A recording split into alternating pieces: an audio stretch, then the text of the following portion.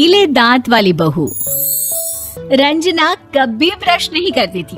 उसे कितनी बार उसके माँ बाप ने डांटा, लेकिन उसका कोई असर उस पर होता ही नहीं था, जिस कारण से उसके दांत पीले पीले हो जाते हैं। शादी के बाद अरे बहू, वैसे तो तुझ में कोई कमी नहीं है, पर तेरे दांत इतने पीले कैसे हैं बेटा? कैसे मतलब? कोई सर्जरी थोड़ी ना कराइए। वो तो क्या नाम, मैं ब्रश नहीं करती थी तो पीले हो गए। अब क्या करूं? आप कहे तो लाल करवा लूं या फिर काले? यार ये क्या है, क्यों माँ से लड़ रही हो? लड़ रही हूँ? अरे मैं लड़ रही हूँ या ये बोल रही है कि दांत पीले हैं, पीले। अरे तपस्या थोड़ी ना की है इन्हें पीले करने के लिए। बकायदा ब्रश नहीं किया है 20 साल तक, तब जाकर। छी, कैसी बात कर रही हो? ये उस वक्त तो पीले नहीं थे जब हम लोग तुम्हें देखने आए थे। अरे तब साफ करवा लिया होगा डेंटिस्ट के पास जाकर। अब देखो कैसे पीले पीले लग रहे हैं। रंजना सास की तरफ गुस्से से देखती है। फिर शुरू हो गई पीले पीले पीले। अरे पीले तो तब भी थे जब मेरे हाथ का रसगुल्ला उड़ा उड़ा कर खा रही थी और बोल रही थी, लड़की नहीं गुणों का खजाना दे रहे भाई साहब आप। खैर, अब वो लोग करते भी तो क्या करते, पीले दांत वाली बहू पल्ले पड़ी थी तो झेलना तो था ही। एक दिन कीर्तन में रंजना गाना गा रही थी। अरे कमला बहन, माँ का द्वार है, यहाँ तो सब शुद्ध होकर आते हैं, फिर अपनी बहू को ब्रश भी नहीं करवाती तुम। दूर से पीले पीले दांत भक्ति में बाधा उत्पन्न कर रहा है। और कोई 2 साल के बच्चे थोड़ी ना लेकर आई हूँ मैं बहू बनाकर। अच्छी खासी लड़की है, अरे कैसे करवाऊं ब्रश? ये तो उसे खुद करना चाहिए ना। अब माँ बाप तो इसके जैसे तैसे निपटा दिए, ये नहीं सोचा कि सास कैसे संभालेगी। सास बहू को लेकर घर आ जाती है, लेकिन सोच लेती है कि अब इसे लेकर कहीं नहीं जाएगी। अगले रोज बहू कहती है, अरे क्या हो गया, मंदिर नहीं जाना क्या? कीर्तन का वक्त हो रहा है। मेरी मधुर वाणी से कान्हा जी जागते हैं और सोते हैं। आप तो जानती है ना उनकी भक्ति में कितना मन लगता है मेरा। वो क्या है ना, तबीयत ठीक नहीं लग रही है मेरी, आराम करूंगी मैं। तबीयत ठीक नहीं लग रही? अभी तो मिथुन के गाने पर नाच रही थी आप, और अब बोल रही है कि तबीयत ठीक नहीं लग रही। अरे भक्ति में मन लगा लो सासू माँ, ऊपर जाना है, क्या मुंह दिखाओगी आप? हाँ? सास को बहू की बात पर गुस्सा आ जाता है। मैं क्या मुंह दिखाऊंगी, इसकी चिंता तो ना कर, समझी?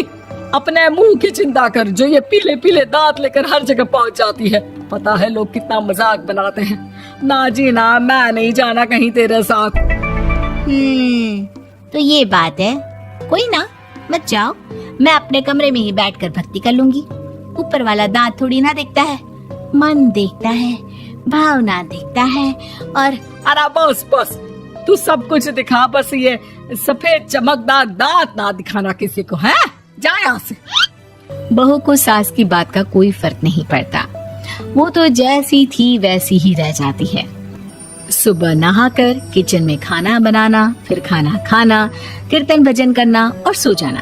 एक दिन, माँ जी मैं सहेली के घर जा रही हूँ, शाम को लेट आऊंगी। हाँ हाँ, तो जाना, मैंने कौन सा तेरी आरती करनी है घर पर बैठकर। रंजना सहेली के घर जाती है, जहाँ वो पार्टी में जाने की तैयारी कर रही होती है।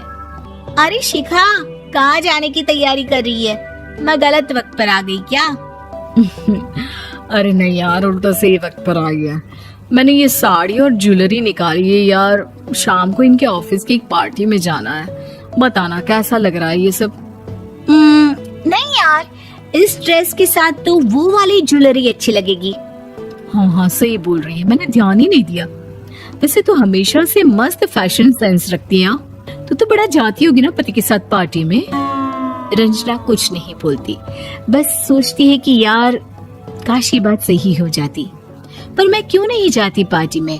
क्या इन लोगों की कोई पार्टी होती नहीं होगी? रंजना घर आती है और रात में पति से सवाल करती है, एक बात बताइए, आप मुझे किसी पार्टी में क्यों नहीं ले जाते? क्या आपकी यहाँ ऑफिस में पार्टी नहीं होती? पति बेचारा क्या कहता कि दांत पीले हैं तुम्हारे इसलिए। अरे कोई पार्टी होती नहीं हम लोगों के ऑफिस में, तो कहाँ से लेकर जाऊं? और मार्केट, मॉल, कहीं वीकेंड घूमना, कहीं तो। अरे यार, सारे हफ्ते में एक छुट्टी मिलती है, तो सोचता हूँ कि आराम ही कर लूं। क्यों? रंजना मन मार के रह जाती है। पहले कभी सास के साथ मंदिर जाया करती थी, लेकिन वो भी सास ने ले जाना बंद कर दिया। घर बैठी बैठी रंजना बोर हो जाती है। तभी उसे आइडिया आता है और वो मायके जाने का सोचती है। सासू माँ, 2 दिनों के लिए मम्मी के घर जा रही हूँ। अच्छा ठीक है, आराम से जा। और हाँ, माँ से कुछ अच्छी आदत सीख कर आना कि कैसे शरीर के हर भाग की तरह दांतों की सफाई भी जरूरी होती है, समझी? शुरू हो गई ना आप। वो लोग आपकी तरह नहीं है कि छोटी छोटी बात का बतंगड़ बना दे। उन लोगों के लिए मैं मायने रखती हूँ, ना कि मेरे पीले पीले दांत। रंजना माँ को बिना बताए उन लोगों को सरप्राइज देती है, लेकिन जैसे ही वो दरवाजे पर पहुंचती है, अंदर देखती है कि घर वाले कहीं जा रहे होते हैं। अब माँ, काश रंजना दीदी के दांतों वाली प्रॉब्लम नहीं होती, तो वो भी हम लोगों के साथ चलती ना बुआ जी की बेटी की शादी में। हाँ बेटा, लेकिन अब उसे कौन समझाए कि उसको उसके पीले दांत नहीं दिखते, लेकिन उसके आसपास के लोगों को कितना एम्बैरेसिंग फील कराते हैं।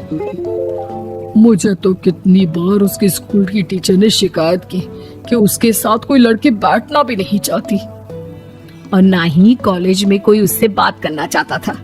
लेकिन पता नहीं क्यों उसे ये बात समझ में ही नहीं आती। कोई कमी नहीं है उस लड़की में, बस यही कि दांत पीले हैं। वो तो भला हो जीजा जी और उनकी माँ का, जो दीदी को जैसी है वैसे ही रखा हुआ है। रंजना को अपने घर वालों की बात सुनकर बहुत दुख होता है।